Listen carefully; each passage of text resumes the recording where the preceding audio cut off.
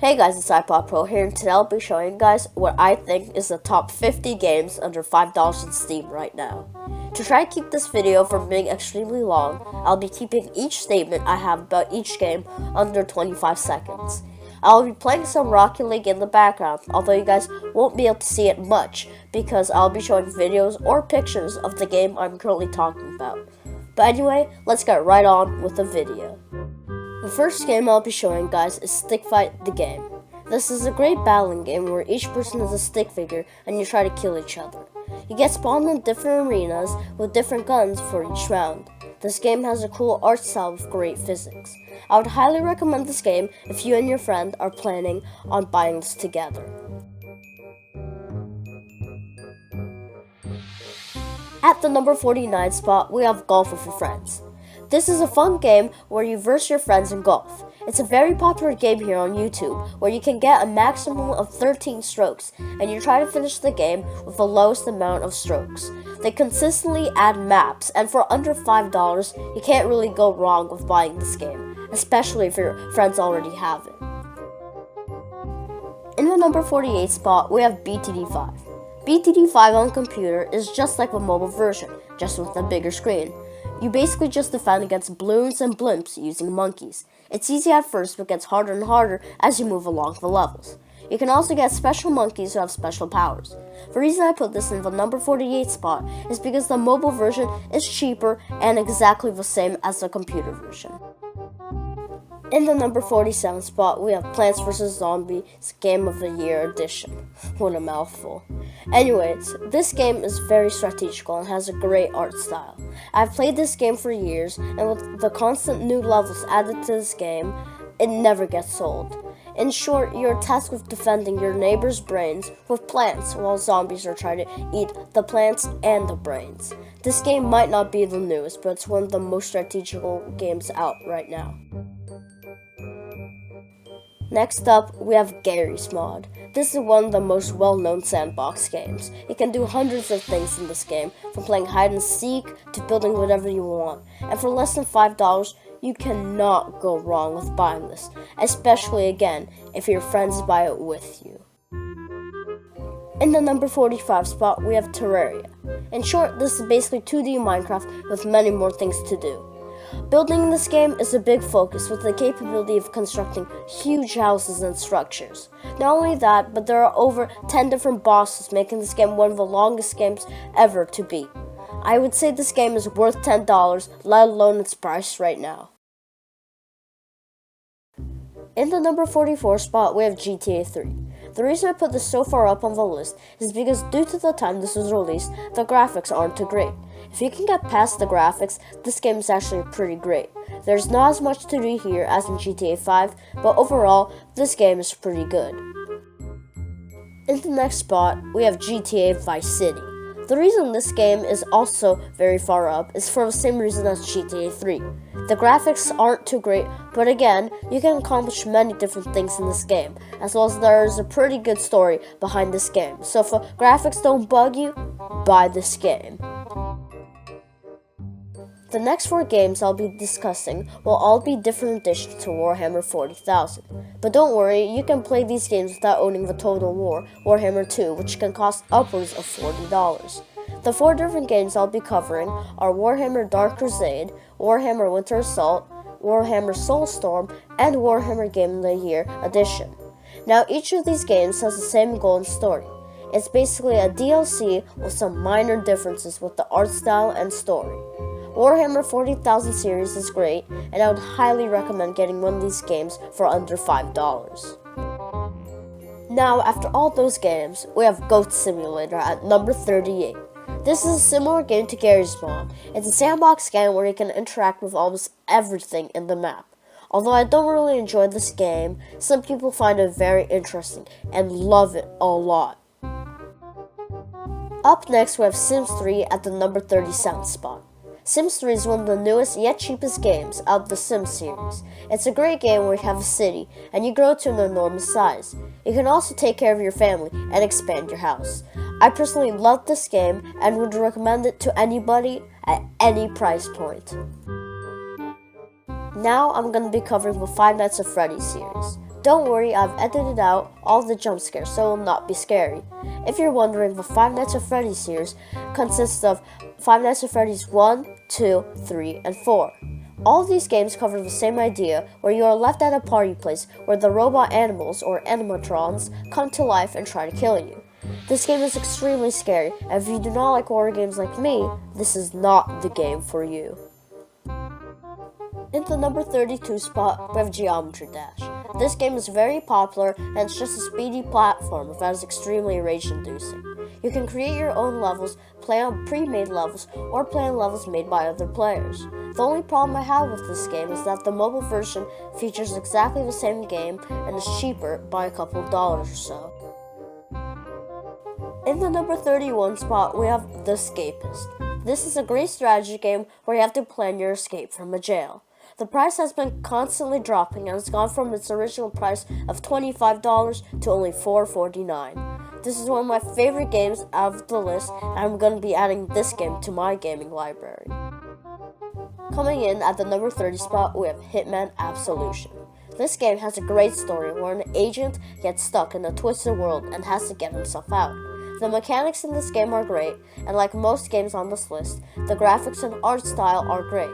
Overall, I would say this is a great game.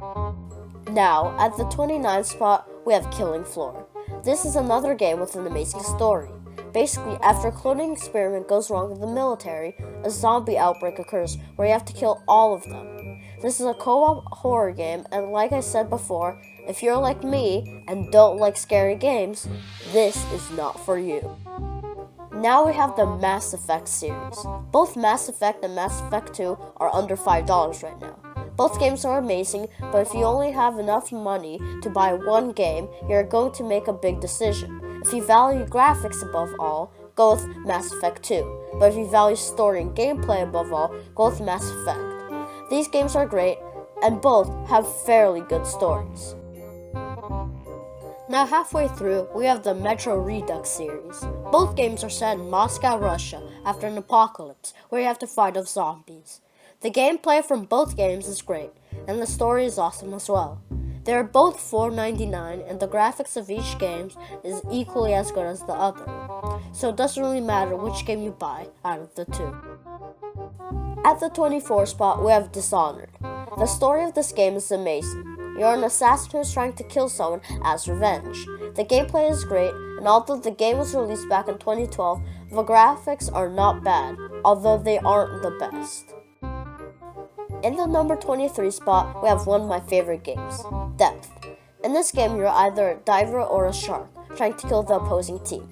The game can get very intense, as well as the mechanics of swimming in the water is something new to the game market. This game can be compared to CSGO, and I extremely enjoy playing this game. Now we have the Fallout series. If you're wondering why Fallout 4 isn't on there, it's because this is the one game that costs over $5 from the Fallout series. The Fallout games are all set in a post-apocalyptic world where you're trying to survive.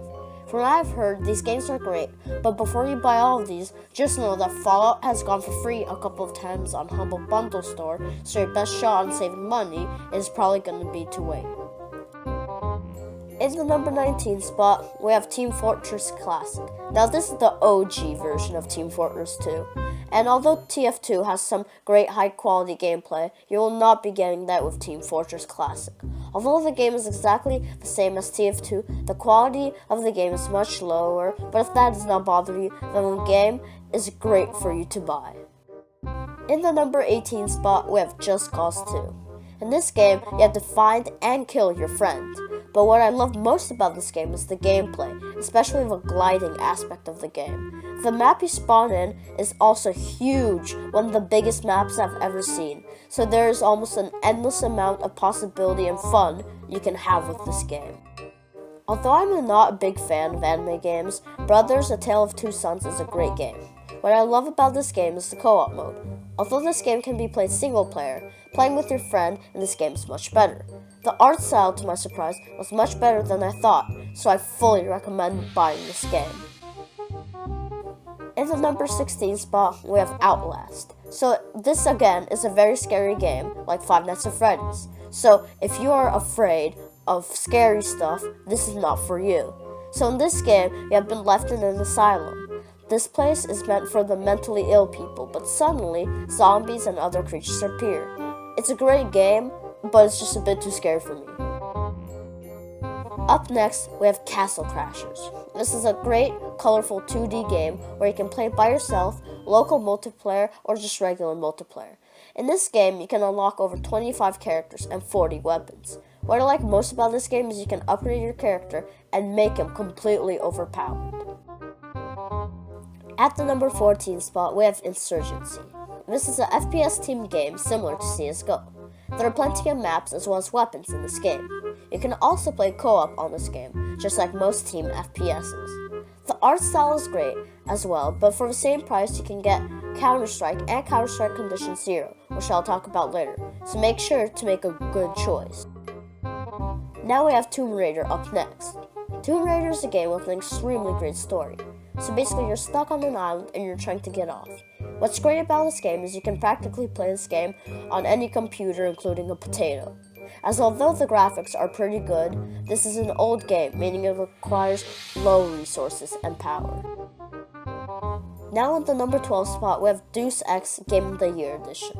Before I even say anything, just know this is a very old game from 2000, so do not expect any high graphics. So the game itself is about the year 2052, and you're living in a world of terrorists. It's a great idea in game, but the graphics, again, are just not very good. At number 11, we have Brutal Legends. This is a sandbox game where you have the freedom to do so many different things. According to the game, it is located in the world in between Lord of the Rings and Spinal Trap. But one thing this game aces is the music. The rock music that is played in the background is perfect, especially for the scene all this is happening in. Up next, we have Psychonauts. This is an old platformer that's comparable to Geometry Dash, although it's 3D and much slower. Although this game was released in 2005, it's still completely relevant to today's platformers, and this is even visible by the Steam reviews. This again is one of the few games from this list that I have on my Steam library. In the number 9 spot, we have Counter-Strike and Counter-Strike Condition Zero. These are the older versions of Counter-Strike Global Offensive, but due to the age of the game, the graphics are not nearly as good as in CSGO. Also, not many people still play these games, so it'll be harder to queue up than if, let's say, you're just playing CSGO. At 8 and 7, we have Left 4 Dead and Left 4 Dead 2. These games are not the newest, but not the oldest. This is a survival horror game where you try to survive while zombies try to kill you.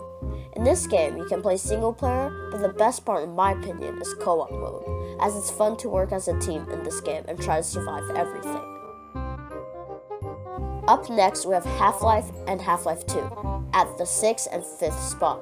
Half-Life is the oldest game on the list, actually being made in 1998, while Half-Life 2 was made in 2004. So like I've said previously, for older games, do not expect great graphics. One thing you can expect, though, is great gameplay. These games are sci-fi shooters, which will not get boring for hours and hours. In the number 4 spot, we have Super Meat Boy. Now, although this game is a bit graphic, this is an extremely fun game. This is probably the most popular platformer out right now, and you cannot go wrong with buying this. There's a lot of content in this game, and hundreds of hours can be spent while playing this game. Now we have a Steam link.